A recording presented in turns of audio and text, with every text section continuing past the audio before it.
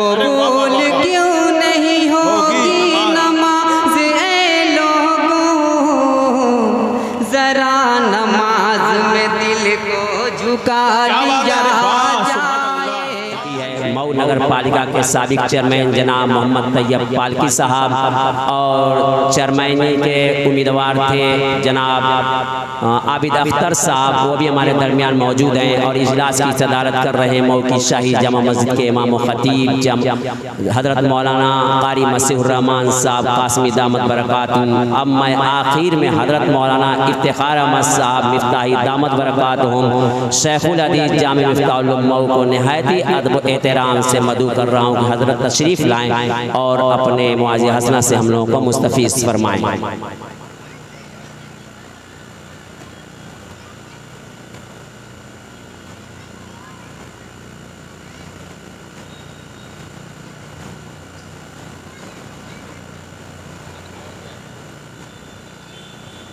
الذین اصطفیٰ اما بعد فاعوذ باللہ من الشیطان الرجیم بسم اللہ الرحمن الرحیم لقد کان لکم فی رسول اللہ اسوۃ حسنہ۔ صدر اجلاس، اسٹیج پر بیٹھی ہوئی گراں قدر شخصیات، معزز سامعین اور چھوٹے چھوٹے معصوم بچوں، وقت بس 10 منٹ کا ہے۔ میں سب سے پہلے تو اس اجلاس کی منعقد کرنے والے جو ذمہ داران ہیں ان کا شکریہ ادا کرتا ہوں کہ ان لوگوں نے جلسہ سیرت النبی کا انعقاد کیا ہے، اور جو پولیس کے لوگ ہیں، پولیس والے ہیں جو ہمارے اور آپ کے تحفظ کے لیے بیٹھے ہوئے ہیں، میں ان کا بھی مشکور ہوں، اور آپ سبھی لوگ جو اپنا قیمتی وقت نکال کر اس مجلس میں شریک ہیں، آپ سب کا بھی میں شکریہ ادا کرتا ہوں۔ مختصر سی بات میں عرض کرتا ہوں کہ اللہ تعالیٰ نے پوری کائنات کو بنایا اور اس پوری کائنات کا دلہا انسان کو بنایا، اور انسانوں میں بھی ہمارے نبی سرتاج انبیاء جناب محمد رسول اللہ صلی اللہ علیہ وسلم کو ہی سب سے اعلیٰ و اشرف بنایا، اور آپ صلی اللہ علیہ وسلم ہی کے لیے اللہ تعالیٰ نے پوری کائنات کو پیدا کیا۔ لولاک لما خلقت الافلاک، حدیث گرچہ سندن موضوع ہے لیکن یہ مضمون اپنی جگہ درست ہے کہ اگر ہم سب کے آقا جناب محمد رسول اللہ صلی اللہ علیہ وسلم نہ ہوتے تو اللہ تعالیٰ یہ آسمان و زمین، سورج، چاند، ستاروں کو پیدا نہیں کرتا۔ جناب محمد رسول اللہ صلی اللہ علیہ وسلم یہ سارے انسانوں میں سب سے اعلیٰ و اشرف ہیں۔ آپ امام الانبیاء ہیں، نبیوں کے سردار ہیں۔ اللہ کا بے پناہ فضل و کرم ہے کہ اس نے ہم کو اور آپ کو انہی کی امت میں پیدا فرمایا۔ آپ صلی اللہ علیہ وسلم ہمہ جہت نمونہ ہیں، سیرت کو دیکھا جائے، صورت کو دیکھا جائے، اقوال و کردار کو دیکھا جائے، ہر زاویے سے آپ صلی اللہ علیہ وسلم ہمارے اور آپ کے لیے بلکہ پوری دنیا انسانیت کے لیے نمونہ بنا کر بھیجے گئے۔ اور یہ بات خود خالق کائنات اللہ رب العزت نے اپنے پاک کلام میں ارشاد فرمائی، لقد کان لکم فی رسول اللہ اسوۃ حسنہ۔ زندگی کا ہر گوشہ ہمارے اور آپ کے لیے اور انسانوں کے لیے نمونہ ہے۔ ہم کو اسے اپنی زندگی میں ڈھالنے کی کوشش کرنی چاہیے، تبھی ہم کامیاب ہو سکتے ہیں، فوز و فرامتے ہم سرفراز ہو سکتے ہیں۔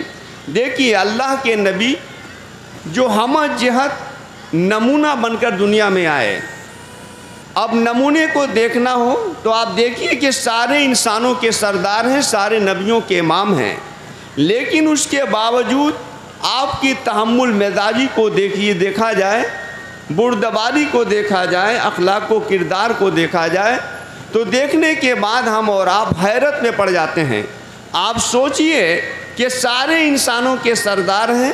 بخاری شریف کے اندر حدیث موجود ہے، ایک دن جناب محمد رسول اللہ صلی اللہ علیہ وسلم مال غنیمت لوگوں میں تقسیم کر رہے ہیں، اتنے میں ایک بدو، ایک دیہاتی آیا اور آپ صلی اللہ علیہ وسلم کے کندھے پر دھاری دار چادر تھی۔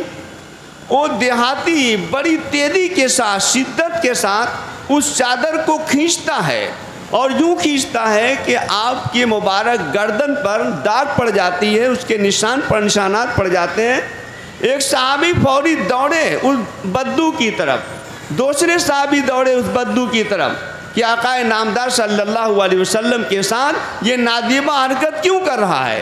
لیکن قربان جائیے ہم سب کی آقا جناب محمد رسول اللہ صلی اللہ علیہ وسلم پر کہ آپ نے فوری صحابہ کو روکا، منع کیا اور کہا کہ سنو، انما کنتم بعثتم میسرین، تم لوگ جو دنیا میں بھیجے گئے ہو، پیدا کیے گئے ہو، تو لوگوں کے ساتھ نرمی کرنے کے لیے، بردباری سے پیش آنے کے لیے، ولم تبعثوا معسرین، تم کو دنیا میں اس لیے نہیں بھیجا گیا کہ تم لوگوں کے ساتھ سخت معاملہ کرو، سختی کرو۔ اس کے بعد اللہ کے نبی نے اس اعرابی سے پوچھا کیا معاملہ ہے؟ وہ اعرابی کہنے لگا، دیہاتی کہنے لگا کہ آپ نے سب کو تو مال غنیمت دیا اور مجھے آپ نے مال غنیمت نہیں دیا۔ اللہ کے نبی نے فوراً مال غنیمت میں سے کچھ حصہ اس کو بھی عطا کیا۔ اللہ کے نبی کے بردباری دیکھیے۔ اور بھی بہت سے واقعات ہیں۔ اس دیہاتی کا واقعہ تو بہت مشہور ہے، جو مسجد میں آیا، اللہ کے نبی صلی اللہ علیہ وسلم سے ملاقات کیا، واپس جانے لگا تو مسجد کے ایک گوشے میں کھڑے ہو کر پیشاب کرنے لگا۔ صحابہ اس سے کہتے ہیں رکو رکو، ٹھہرو، سختی کے ساتھ منع کرنا چاہتے ہیں، لیکن آپ صلی اللہ علیہ وسلم نے صحابہ کو منع کیا کہ نہیں، اس کو پیشاب کر لینے دو۔ وہ دیہاتی پیشاب کر لیتا ہے۔ ایک صحابی سے آپ کہتے ہیں پانی لے کر کے آؤ اور پیشاب کو دھل دو، اور اس کے بعد آپ صلی اللہ علیہ وسلم نے اس اعرابی کو، دیہاتی کو بلایا اور بلا کر بڑی سنجیدگی اور متانت کے ساتھ یہ بات عرض کی کہ دیکھو، مسجد یہ نماز کے لیے بنائی گئی ہے، اللہ کے ذکر کے لیے بنائی گئی، مسجد یہ پیشاب پاخانے کے لیے نہیں بنائی گئی۔ تو اس سے ایک پیغام دنیا کو ہمیں دینا ہے کہ ہم مسلمان پوری دنیا میں سارے انسانوں کے ساتھ کس لیے پیدا بنائے گئے اور بھیجے گئے؟ تاکہ انسانوں کے ساتھ نرمی کا برتاؤ ہم کریں، لوگوں کے ساتھ ظلم نہ کریں۔ آقا نامدار جناب محمد رسول اللہ صلی اللہ علیہ وسلم نے فرمایا الراحمون یرحمہم الرحمن، رحم کرنے والوں پر اللہ بھی رحم کرتا ہے۔ ارحموا من فی الارض یرحمکم من فی السماء، زمین میں رہنے والے لوگوں کے ساتھ تم رحم کرو تو آسمان والا تمہارے ساتھ بھی رحم کرے گا۔ جناب محمد رسول اللہ صلی اللہ علیہ وسلم دنیا میں اسی لیے نبی بنا کر بھیجے گئے، امام الانبیاء بنا کر بھیجے گئے، تاکہ پوری دنیا کو، انسانیت کو آپ سبق دیں، نرمی برتنے کا، لوگوں کے ساتھ اچھا معاملہ سلوک کرنے کا۔ جیسے آپ صلی اللہ علیہ وسلم اخلاق و کردار کے اعتبار سے ہم سب کے لیے نمونہ ہیں، ایسی علمی اعتبار سے بھی آپ نمونہ ہیں۔ دنیا میں جتنے بھی انبیاء علیہ السلام تشریف لائے، ان سارے نبیوں میں سب سے زیادہ اگر کسی کو علم دیا گیا ہے تو ہم سب کے آقا امام الانبیاء جناب محمد رسول اللہ صلی اللہ علیہ وسلم کو علم دیا گیا۔ آپ صلی اللہ علیہ وسلم نے فرمایا ہے طالب العلم فریضۃ علی کل مسلم، ہر مسلمان پر علم کا حاصل کرنا فرض ہے۔ اس لیے میں اس اجلاس کے توسط سے آپ حضرات سے یہ بات عرض کرنا چاہتا ہوں کہ سب کچھ آپ کیجئے، اپنی زندگی کو بہتر انداز سے گزارنے کے لیے جو کچھ بھی اقدامات کرتے کریے، لیکن زیور علم سے اپنے کو اور اپنے اولاد کو آراستہ کیجئے۔ اس بات کا عزم کیجئے کہ ہمارا کوئی بھی بچہ علم سے محروم نہیں ہوگا، بلکہ علم سے آراستہ اور پیراستہ ہوگا۔ اگر ہم نے اپنے اولاد کو، اپنے بچوں کو، اپنی نسل کو علم کے ساتھ آراستہ اور پیراستہ کیا تو ہم خود ایک بہترین اور شاندار زندگی گزاریں گے اور ہمارا ملک بھی ترقیات کی راہ پر چلے گا۔ دنیا میں وہ سارے ملک، وہ سارے ممالک جو آج بہت اونچی پرواز رکھتے ہیں اور بلندیوں پر فائد ہیں، ان کے بلندیوں پر فائد ہونے کی بنیاد یہی ہے کہ کہ وہ شکشا، تعلیم اور علم کے ساتھ اپنے آپ کو مربوط کیے ہوئے ہیں۔ اس لیے ہم اور آپ بھی اپنے آپ کو علم کے ساتھ، چاہے دین کا علم ہو یا عصری علم ہو، ہر علم کے ساتھ اپنے آپ کو مبعوث کرنے کی، اپنے آپ کو مربوط کرنے کی کوشش کریں۔ چونکہ وقت ختم ہو رہا ہے، میں آپ حضرات سے صرف یہی درخواست کرتے ہوئے آپ حضرات سے جدا ہوتا ہوں، رخصت ہوتا ہوں کہ اللہ کے نبی کی جو سیرت ہے اسے ہم اپنی زندگیوں میں ڈھالیں، کیونکہ آپ سے بہتر کوئی انسان دنیا میں نہیں آیا۔ حسن یوسف دم عیسیٰ ید بیدا داری، آنچ خوبہ ہمہ دارن تو تنہا داری۔ سارے انسانوں کو اللہ تعالیٰ نے جتنی خوبیاں عطا فرمائی ہیں اور جتنے کمالات انسانوں کے اندر ہیں، ان سب کا مجموعہ ہم سب کی آقا جناب محمد رسول اللہ صلی اللہ علیہ وسلم کے اندر موجود ہے۔ آپ کی پیدائش بھی بے مثال ہے، آپ کی مکی زندگی کی بھی کوئی مثال نہیں مل سکتی، آپ کی مدنی زندگی کی بھی کوئی مثال نہیں مل سکتی، آپ کی ہجرت بھی بے مثال ہے۔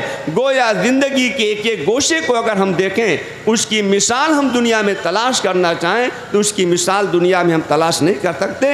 تو یہ تو اللہ کا بے پناہ فضل ہے کہ اس نے ہم کو اس نبی رحمت کے ساتھ جوڑا ہے، وابستہ کیا ہے، اور اس نبی کی امت میں پیدا فرمایا ہے جس کے مثل کوئی نبی دنیا میں نہیں آیا۔ اس لیے جیسے اس نبی نے لوگوں کے ساتھ رحم و کرم کا برتاؤ کیا، نرمی کا معاملہ کیا اور لوگوں کو تعلیم کے ساتھ جوڑا اور خود بھی تعلیم کے ساتھ آپ مربوط رہیں۔ آپ نے کہا تھا کہ مجھ کو معلم بنا کر دنیا میں بھیجا گیا، علم والا استاد بنا کر دنیا میں بھیجا گیا۔ جو استاد ہوتا ہے وہی دوسروں کو علم دیتا ہے۔ تو ہم اور آپ بھی ان پیغامات کو اپنی زندگیوں میں ڈھالنے کی کوشش کریں۔ اللہ تعالی ہم سب کے ساتھ رحم و کرم کا معاملہ فرمائے اور پوری دنیا میں اور خاص کر ہمارے ملک میں امن و امان رہے اور ہمارا ملک ترقیات کے منزلوں کو طے کرتا جائے۔ اور ہم سب اس کے لیے اللہ رب العزت سے دعا بھی کریں کہ اللہ تعالی ہم سب کی زندگیوں میں